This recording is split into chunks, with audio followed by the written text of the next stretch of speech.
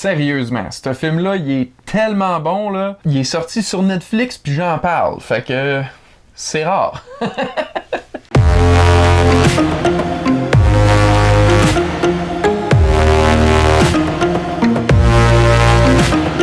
Bonjour et bienvenue à Chuck B Critique.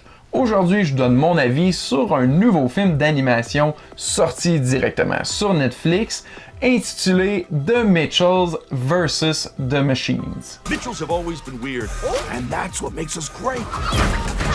Hold on a second. What's a Furby?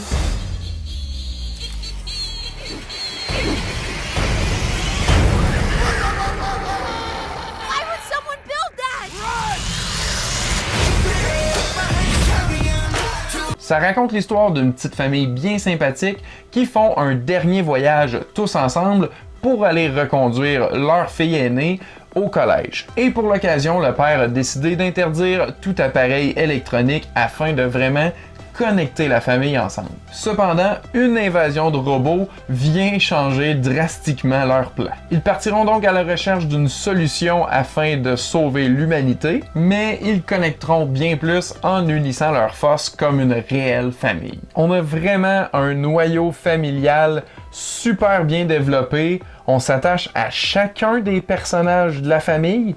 Ils ont toutes leurs qualités et leurs défauts, et c'est parfait parce qu'ils ont l'air de vraies personnes, pas juste de personnages, justement. En plus, l'animation en tant que telle est très délibérément imparfaite. Il y a des traits qui dépassent, les couleurs sont mélangées un peu, et même jusqu'au physique des personnages, avec leur nez un petit peu croche.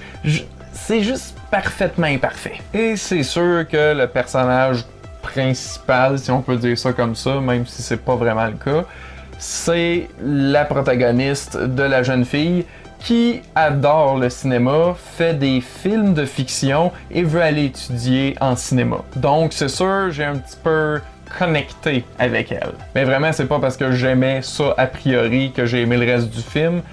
C'est réellement de qualité exceptionnelle. Les moments drôles sont vraiment très drôles, à en rire haut et fort, et les moments dramatiques sont parfaitement équilibrés, super bien dosés. On verse une petite larme, ça vient nous toucher.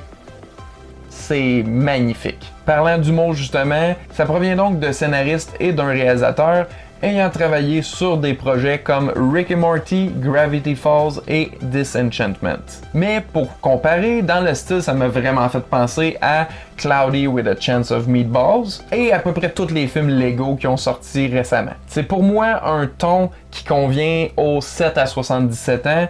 C'est incroyablement pour tout le monde. Par là, je veux dire qu'il n'y a pas des blagues pour les enfants puis des blagues pour les adultes que les enfants comprennent pas.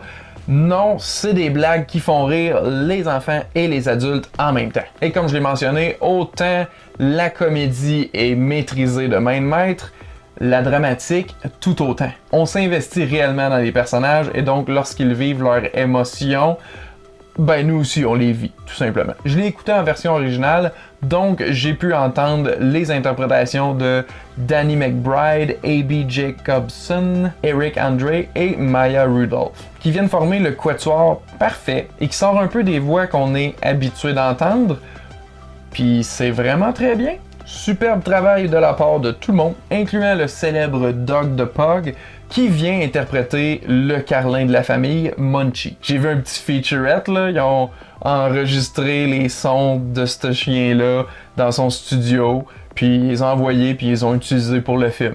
Fait que je trouve ça drôle à mentionner, mais quand même, c'est cool. Et c'est un autre détail qui s'ajoute à tout ce sens-là cohérent d'avoir des petits trucs bizarres comme ça, pour le rendre parfaitement adorable, le film. Tout est amené d'une manière originale et qui sort de la boîte, si on peut dire.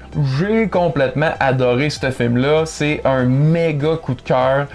Je peux pas le recommander plus chaudement que ça. Et je l'ai déjà recommandé autour de moi et j'ai eu la confirmation que même en français, les blagues, l'émotion, tout passe super bien. Donc, très beau doublage, c'est confirmé aussi en français. Donc, boudez pas votre plaisir. Si vous dites qu'un film d'animation, c'est un peu pour les enfants, peut-être que celui-là, ça va être celui qui va vous convaincre du contraire parce que c'est pas le cas. Il y a aussi une bonne durée, 1h50, mais faut mentionner que ça permet justement les moments émotionnels et tout le rythme est bien maintenu tout au long du film, donc on s'ennuie pas une minute. D'habitude, je vous dis allez voir ça au cinéma pour vivre l'expérience, mais là, c'est sur Netflix, donc ça prend vraiment juste un bouton si vous êtes déjà abonné, puis vous y avez accès. Vous avez vraiment rien à perdre honnêtement, mais tout à gagner. Alors, j'aimerais ça savoir, prévoyez-vous l'écouter? L'avez-vous déjà vu? Qu'en avez-vous pensé? Répondez-moi dans les commentaires ci-dessous. Un immense merci à tous ceux qui me supportent dans tous les sens du terme. À la prochaine!